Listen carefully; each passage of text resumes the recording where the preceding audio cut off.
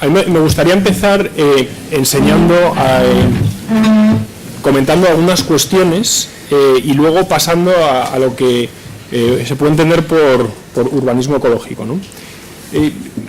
La primera cuestión que me gustaría tocar es cómo se han conceptualizado las ciudades a lo largo de los últimos 2 siglos, de un modo muy breve y muy esquemático, para que nos sirva como introducción al resto de la charla.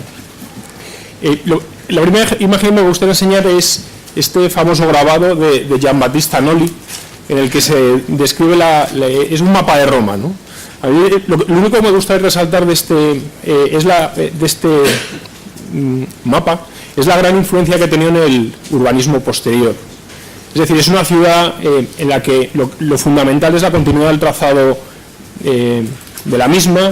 Hay una cuestión fundamental que es el entender la ciudad como una combinación de espacio público y espacio construido. Es una ciudad en la que las fachadas de los edificios al final son como es una escenografía, es un telón de fondo sobre el que discurre la vida pública.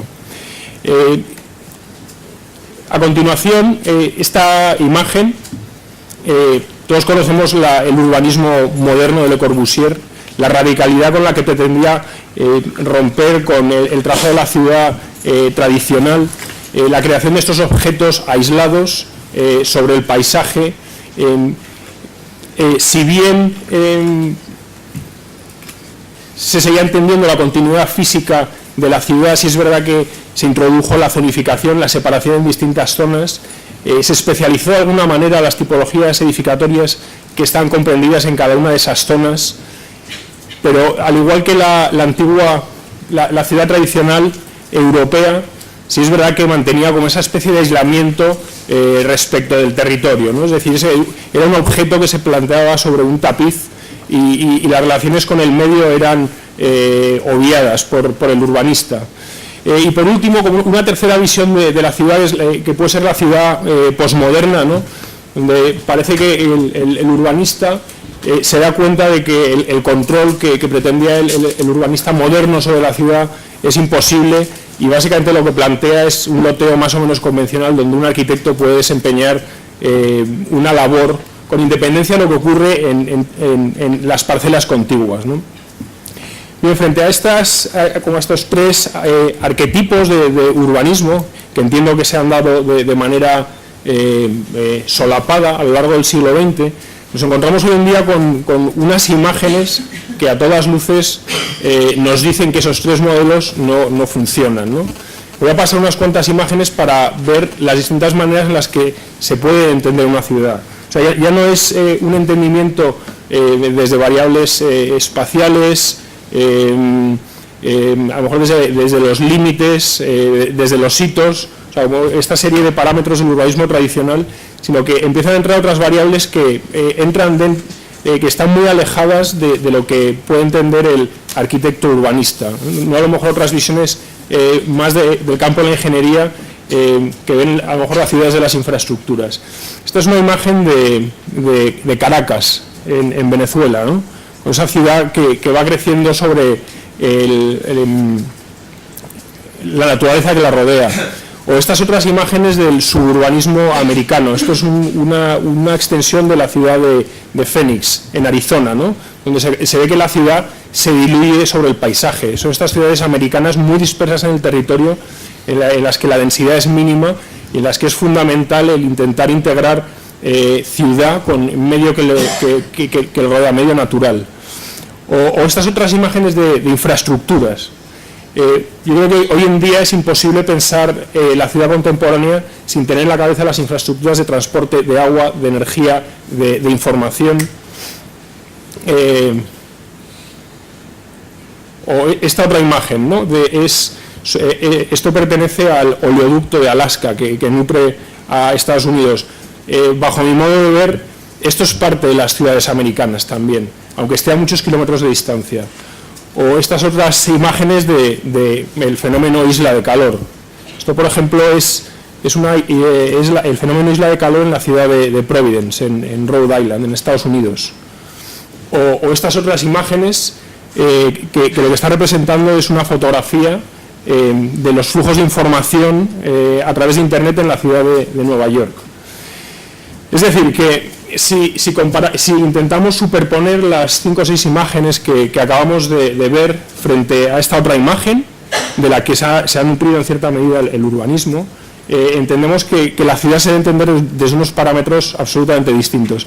Y a mi parecer probablemente tenga más que ver con un diagrama de flujo de un ordenador, ¿no? Con todos esos distintos nodos por los que pasa la información, o incluso con más precisión, pues con el modo en el que funciona un ecosistema, ¿no? Es decir, que al final la ciudad está conformada por una serie de nodos que están entre ellos interrelacionados, que van evolucionando en el tiempo y que de algún modo lo que hacen es gestionar flujos de materia, de energía y de información. Es decir, que ya no se trata de un elemento aislado, un elemento cerrado, sino más bien de un sistema termodinámico abierto que está constantemente intercambiando energía y materia con el medio en el que se enclava. Muy brevemente voy a pasar por 3 estadios. Son 3 entradas que puede tener la ciudad respecto de la ecología. Primero ecología del paisaje, después landscape infrastructure, que es el término en el que se ha acuñado este campo de interés, que se puede traducir por infraestructura del paisaje, y por último metabolismo urbano. Y un poco lo que se va a intentar hacer en cada uno de estos 3 estadios es, el primero, ecología del paisaje, entender cómo es el medio, la región natural sobre la que se enclava una metrópoli. El segundo va a intentar ver cómo son esas infraestructuras que atan la ciudad con ese medio natural, y por último el metabolismo urbano va a hablar más bien de cómo funciona una ciudad. Van a ser 3 relatos muy cortos, pero para dar una breve impresión de cómo se puede hablar de ecología y ciudad. Bien.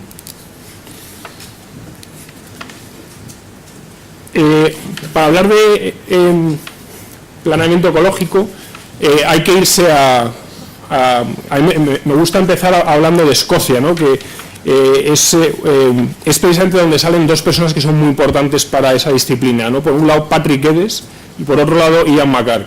Yo creo que estas 2 imágenes son bastante elocuentes, ¿no? La de la derecha es la ciudad de Glasgow, plena revolución industrial, y la de la izquierda es la grandeza del paisaje escocés. Entonces, el primero de estos 2 urbanistas, Geddes, que desarrolló su trabajo en la bisagra entre el siglo XIX y el siglo XX, lo primero que hay que decir de él es la formación que tenía, ¿no? No solo era urbanista, sino que era zoólogo, biólogo y sociólogo, ¿no? Y yo creo que fue la primera persona que entendió que la ciudad no era sencillamente intramuros, sino que era toda la región natural sobre la que se asentaba. Y se describía de un modo muy elocuente en la sección del valle, ¿no? Que es precisamente esta imagen que tenemos. Es decir, la ciudad ocupa la parte de la derecha, en el mar, ¿no? La conexión con el mar, pero la ciudad también son todos esos sistemas naturales que están a sus espaldas, su hinterland. Al final, esos espacios naturales de los que se nutre, de los que vive. Y también es bastante interesante ver cada una de estas actividades, ¿no? O sea, de alguna manera lo que estaba haciendo es decir que la ciudad necesitaba todo ese hinterland y que las actividades económicas que se desarrollaban en cada una de las partes de su geografía natural estaban absolutamente vinculadas a los medios y a los recursos naturales que se daban en ese medio natural, ¿no?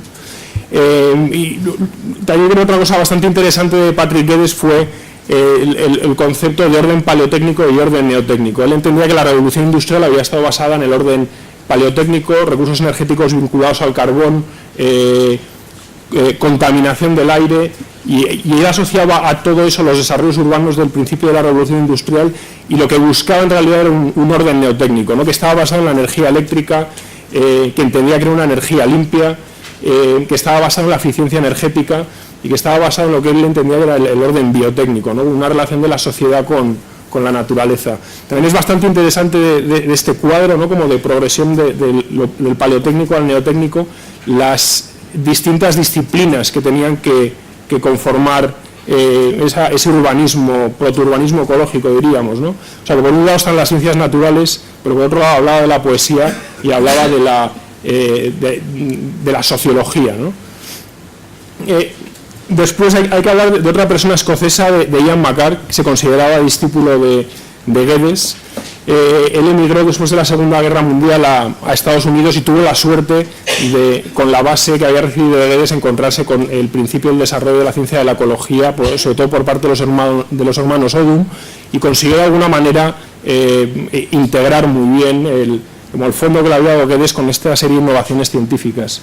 Él estaba convencido que la ciudad y la naturaleza tenían que acabar integrándose, que eran entes independientes pero que tenían que solaparse de alguna manera. Durante un tiempo se dedicó a estudiar culturas vernáculas, ¿no? Con ese entendimiento de que las culturas vernáculas tenían cierta sintonía con la naturaleza, pero rápidamente, con su formación como ecólogo, lo que entendió es que la ecología y la biología tenían que ser la base de esa como fundación ecológica de la ciudad, ¿no? O sea, que eran las disciplinas que iban a aportar hechos científicos concretos que iban a ayudar a un planeamiento sustancialmente distinto. Él desarrolló la teoría de la adaptación creativa, que tiene bastante interés. O sea, a diferencia de... él defendía frente a Darwin, defendía las teorías de Haleson. O sea, básicamente Darwin lo que decía es que los seres vivos se adaptaban al medio y que eran únicamente los seres vivos los que se adaptaban, mientras que esta otra persona lo que entendió es que la adaptación era mutua, es decir, que las especies vivas se adaptaban al medio, pero a la vez el medio se adaptaba a las especies vivas. Y es una cosa que es verdad, ¿no? Si, por ejemplo, estudiamos cómo se ha conformado la atmósfera que conocemos hoy en día. O sea, que al final fue una especie de interacción entre los fenómenos atmosféricos y la vegetación, ¿no? La que creó el equilibrio entre O2 y CO2 que conocemos en la actualidad. Él básicamente utilizó esta teoría para decir que el hombre debía adaptarse a la naturaleza, y pensaba que el urbanismo, que el planeamiento era una herramienta súper capaz de adaptarse de modo creativo al medio, ¿no?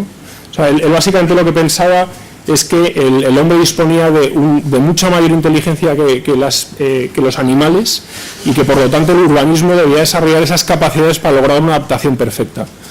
De alguna manera, él contraponía el concepto de entropía al concepto de negentropía, ¿no? Decía que el urbanismo ecológico era negentrópico, en el sentido de que de alguna manera conseguía relaciones complejas entre las partes, conseguía desarrollos urbanos estables, conseguía altos índices de simbiosis entre la ciudad y lo que lo rodeaba, altos índices de complejidad, etc.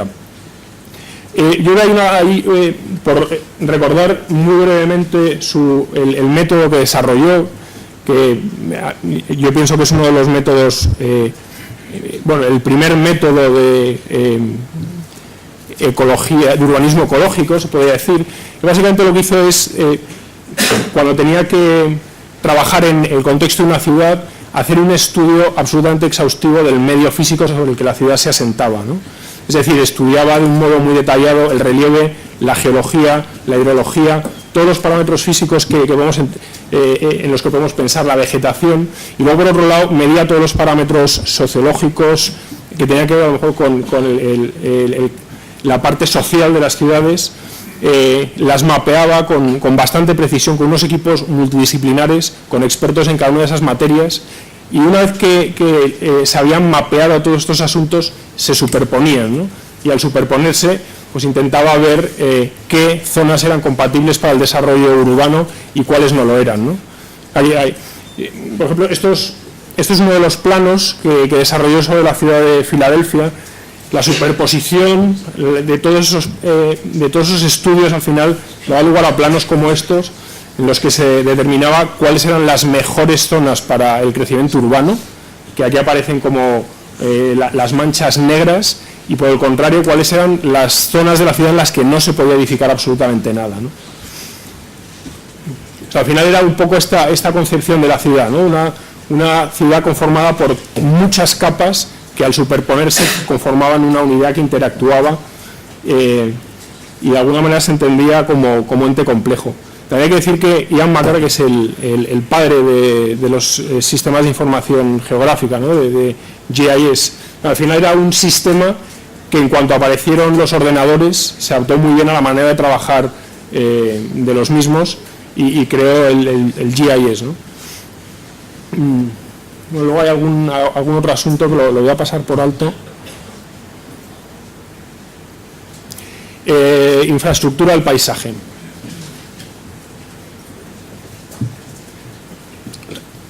Lo que acabamos de ver ahora, yo entiendo, es más bien el conocimiento de la región natural que rodea a la ciudad, y ahora vamos a pasar a esta segunda parte en la que se va a describir cómo son las infraestructuras que conectan las ciudades con esa región natural.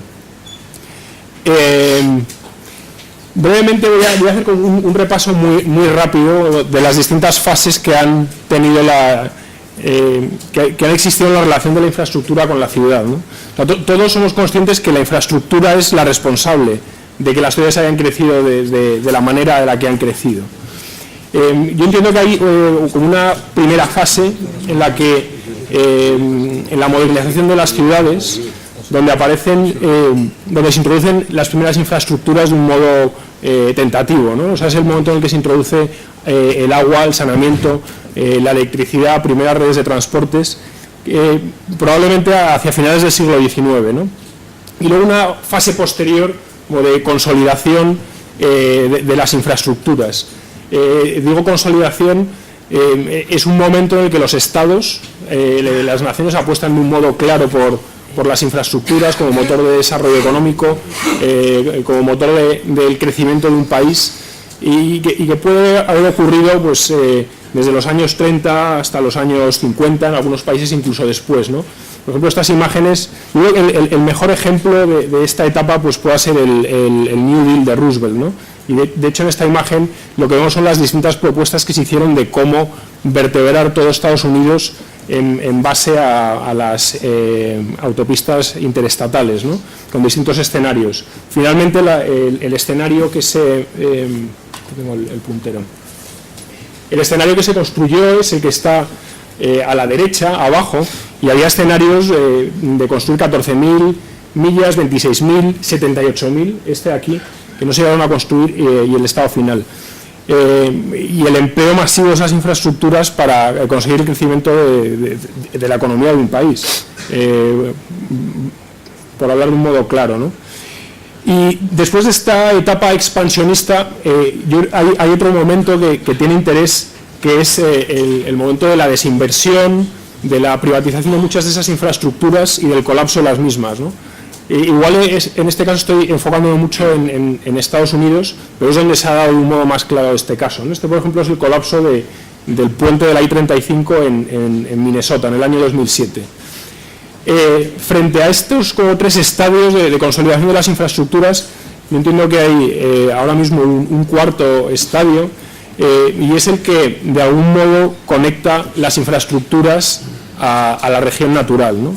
Este otro plano es un plano de las cuencas hidrográficas de Estados Unidos, ¿no? Es decir, que pasamos de pura infraestructura, infraestructura en el sentido moderno, infraestructura en el sentido de aislar, en el sentido de ciudad independiente del medio natural, ciudad independiente de la región natural, y este otro plano que es diametralmente opuesto, en el sentido de que la infraestructura tiene que estar necesariamente conectada al soporte geofísico del que se va a nutrir, del que va a tomar los medios. Javier, 5 minutos. 5 minutos, perfecto.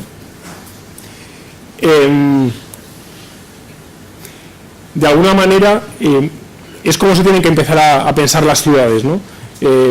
Y pondré como ejemplo la ciudad de Barcelona, que ha desarrollado un plan regional hace relativamente poco. Lo desarrolló Richard Foreman, un ecólogo del paisaje americano, en el que de alguna manera decidía sobre qué partes del territorio se podía actuar y sobre cuáles se podía y cuáles se deberían preservar, y sobre esta aseveración se decía cuáles eran las infraestructuras por las que se apostaban y cuáles eran por las que no merecía la pena. Y por último, la ciudad metabólica, ¿no? Hemos visto hemos conocido algo de la región natural, hemos visto cómo se relacionan las infraestructuras con la región natural y, por último, cómo funciona la ciudad. Antes ya hemos visto una imagen parecida a esta, ¿no? En este caso lo que se está enseñando es cómo funciona el ecosistema de un bosque tropical, ¿de acuerdo? Es decir, hay flujos de materia, energía, información que entran, hay una serie de procesos en el interior del ecosistema que hacen que funcione de un modo eficaz, de un modo resiliente, etcétera, y hay una serie de salidas de materia de energía en forma de biomasa, en forma de disipación. Bien, un poco lo que se quiere transmitir en esta tercera parte es que igual que existen ecosistemas de los que se conoce muy bien cómo funciona su metabolismo, esta serie de reglas internas o de leyes se pueden aplicar a la ciudad con la misma precisión, entendiendo que hay factores como la eficiencia del mismo, la complejidad con la que funciona, que se pueden aplicar a la ciudad de modo que ésta funcione de un modo, que funcione como funciona un ecosistema en definitiva, ¿no? Hay varias, traía dos ejemplos con los que manifestar esto, pero creo que por falta de tiempo sencillamente los voy a mencionar. O sea, por un lado quería hablar del proyecto SimCity, desarrollado en el Imperial College de Londres, en el que lo que se hace es intentar entender cómo funcionan los flujos de energía de una ciudad, vincular flujo de energía con trama urbana, con densidad de la edificación, con usos, de modo, con un programa de software que ciertamente es bastante complejo, se intente entender cómo funciona una ciudad y se puedan encontrar configuraciones con regímenes energéticos distintos, ¿no? En este caso, por ejemplo, es un trozo de ciudad en el que se dice dónde se deben colocar las infraestructuras energéticas para que se potencien determinados asuntos, ¿no? O por otro lado, el urbanismo que está desarrollando, las propuestas de urbanismo que está desarrollando Salvador Rueda en la Agencia de Ecología Urbana, en la que a lo mejor el énfasis, en lugar de estar puesto en los intercambios de energía, está puesto en los intercambios de información, que es otra de las maneras en las que se puede entender cómo funciona un ecosistema. Y que de alguna manera la idea sobre la que trabaja es que la construcción de complejidad en la ciudad, la concentración de información, hace que esa ciudad funcione de un modo más eficaz en términos energéticos. Y para concluir, sencillamente me gustaría comentar que el énfasis que se ha dado en estos minutos ha sido más bien en ciencias naturales, ¿no? Es decir, que se ha hablado de termodinámica, de ecología, de biología, se ha hablado más de ciencia, ¿no? Y que de alguna manera esto está en conexión con el mundo moderno, ¿no? Como el observador alejado de la naturaleza, intentando desentrañar su funcionamiento para luego aplicarlo a la sociedad, y que probablemente hoy en día el mundo funciona de otra manera, ¿no? Me gusta mucho enseñar esta imagen del Perú antiguo, ¿no? En la que se entendía la naturaleza de un modo muy distinto, ¿no? Si los hombres se portaban mal, venía el fenómeno del niño y arrasaba con Perú, ¿no? Es decir, que de alguna manera se entendía que la naturaleza estaba muy conectada a la sociedad y dependía de la sociedad. Y de hecho hoy en día, con el fenómeno del cambio climático, todos sabemos que al final el cambio climático, que entendemos que es algo natural y algo alejado de nosotros, lo hemos provocado nosotros. O sea, que a mí no me parece que la situación sea muy distinta a esta que describo con la imagen de la izquierda. Entonces, si de alguna manera la epistemología moderna estaba basada como en esta separación estricta de la naturaleza y la cultura, yo sí entiendo que deben estar muy conectadas, ¿no? Y de alguna manera me parece que al unir urbanismo y ecología, ¿no? Al unir estos dos vocablos, Una de las cuestiones que estamos intentando es que por un lado se tengan consideraciones técnicas, científicas en la construcción de la ciudad, pero que por otro lado se tengan consideraciones más culturales o más humanísticas, por así decirlo, ¿no? Es decir, que hemos empezado la charla hablando de la ciudad tradicional, hemos acabado hablando de asuntos un poquito más complejos, y que la idea de esta disciplina es que puede unir por un lado los temas científicos, pero por otro lado la tradición cultural que tienen las ciudades. Nada más, muchas gracias. Muchas gracias, Javier. Has cumplido exacto el tiempo, ni un segundo de más. Perfecto. Quería decir simplemente que las preguntas que dan por Twitter tienen que ver con que está distribuido en streaming esto. La vez pasada la cuota de pantalla triplicó las que estábamos aquí, con gente en Estados Unidos, y repetir el hashtag que es #CitySciences.